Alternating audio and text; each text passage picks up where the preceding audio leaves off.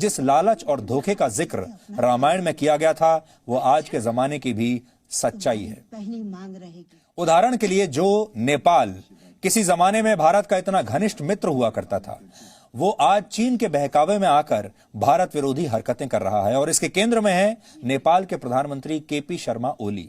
कल केपी शर्मा ओली ने एक बड़ा अजीबोगरीब दावा किया और कहा कि असली अयोध्या भारत में नहीं बल्कि नेपाल में है और भगवान राम भारतीय नहीं बल्कि नेपाली थे।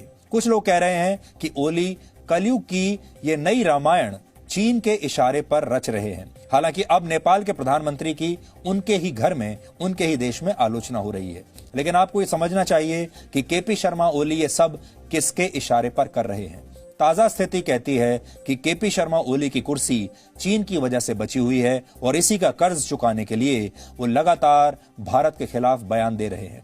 यानी झूठे तथ्यों पर आधारित जिस इतिहास को केपी शर्मा ओली दुनिया के सामने पेश कर रहे हैं वो चीन ने लिखा है। यहां एक बात हम स्पष्ट कर देना चाहते हैं, हमारे लिए केपी शर्मा ओली का मतलब नेपाल नहीं है। हमारे लिए केपी शर्मा ओली का मतलब नेपाल के लोग नहीं है। नेपाल के लोग और नेपाल में हमारे जो दर्शक हैं वो हमारे लिए आज भी उतने ही कीमती हैं। उनके साथ आज भी हमारा वही रिश्ता है। सिर्फ बीच में एक नेता अपनी महत्वाकांक्षाओं को पूरा करने के लिए दो देशों के लोगों के बीच में ये नफरत की दीवार खड़ी नहीं कर सकता। इसलिए भारत और नेपाल के जो लोग हैं वो हमेशा एक ही थे और हमेशा ऐसे ही रहेंगे। ओली सिर्फ अपनी कुर्सी बचाने के लिए चीन के एहसानों तले नहीं दबे हैं, बल्कि एक नई रिपोर्ट में अब यह दावा किया गया है कि चीन की मदद से केपी शर्मा ओली ने पिछले कई वर्षों में बहुत बड़ी मात्रा में काला धन कमाया है और यह रकम स्विट्जरलैंड के एक बैंक में जमा है। तो पहले ये वाला कैच देखिए आप। अंतर्राष्ट्रीय राजनीति से जुड़े खुलासे करने वाली एक संस्था ग्लोबल वॉच एनालिसिस के मुताबिक वर्ष 2015 और 16 में जब केपी शर्मा ओली पहली बार नेपाल के प्रधानमंत्री बने थे तो उन्होंने कंबोडिया के टेलीकॉम सेक्टर में निवेश किया था और इसमें नेपाल में चीन के तत्कालीन राजदूत और नेपाल छोड़कर जा चुके एक व्यापारी ओंग शेरिंग शेरपा ने उनकी मदद की थी। इस रिपोर्ट में यह भी लिखा है कि प्रधानमंत्री के तौर पर दूसरे कार्यकाल के दौरान भी केपी शर्मा ओली चीन की मदद करते रहे और इसके बदले में केपी शर्मा ओली के करीबियों को पैसा मिलता रहा।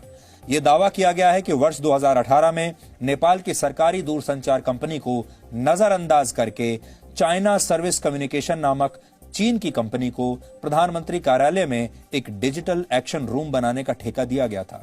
इस रिपोर्ट में यह भी लिखा है कि ओली ने चीन के दबाव में कई सरकारी प्रोजेक्ट्स चीन की कंपनियों को दे दिए थे और उन्होंने ये सब नियमों को तोड़कर किया। हालांकि नियमों के इन उल्लंघनों का खुलासा होने के बाद नेपाल को अपने कुछ फैसले वापस भी लेने पड़े थे।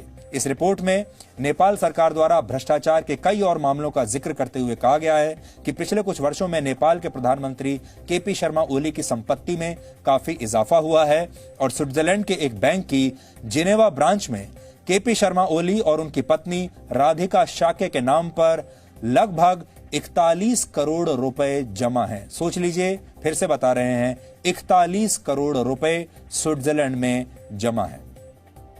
ये जो स्विस बैंक अकाउंट हैं ये राजनीति में एक टाइम बॉम्ब की तरह होते हैं। ये स्विस बैंक अकाउंट्स ने भारत में न जाने कितने नेताओं का करियर बर्बाद किया है और अब यही स्विस बैंक अकाउंट्स, यही किकबैक्स और विदेशों में प्रॉपर्टी का यही मामला अब केपी शर्मा ओली के पीछे भी पड़ गया है। आपको याद होगा पाकिस्तान में नवाज शरीफ भी इसी का शिकार हुए थे। भारत में भी कई नेता इसके शिकार हो चुके हैं और अब बारी है केपी शर्मा ओली की।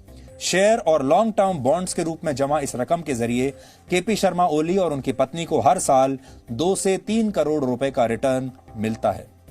लेकिन यहां हम एक बात साफ साफ कर कह देना चाहते हैं कि हम इस रिपोर्ट में किए गए दावों की पुष्टि स्वयं नहीं कर सकते। ये इस रिपोर्ट में कहा गया है, लेकिन जब हमने इस रिपोर्ट के अलावा दूसरी अंतर्राष्ट्रीय रिपोर्ट्स का भी विश्लेषण किया तो एक बात साफ हो गई कि चीन आर्थिक रूप से कमजोर ऐसे देशों का पूरा फायदा उठाता है जहां सत्ता में बैठे लोग भ्रष्टाचार में लिप्त होते हैं और इन्हीं के जरिए चीन धीरे धीरे उस देश की अर्थव्यवस्था पर पूरी तरह से कब्जा कर लेता है और हो सकता है कि नेपाल के मामले में भी यही हुआ हो।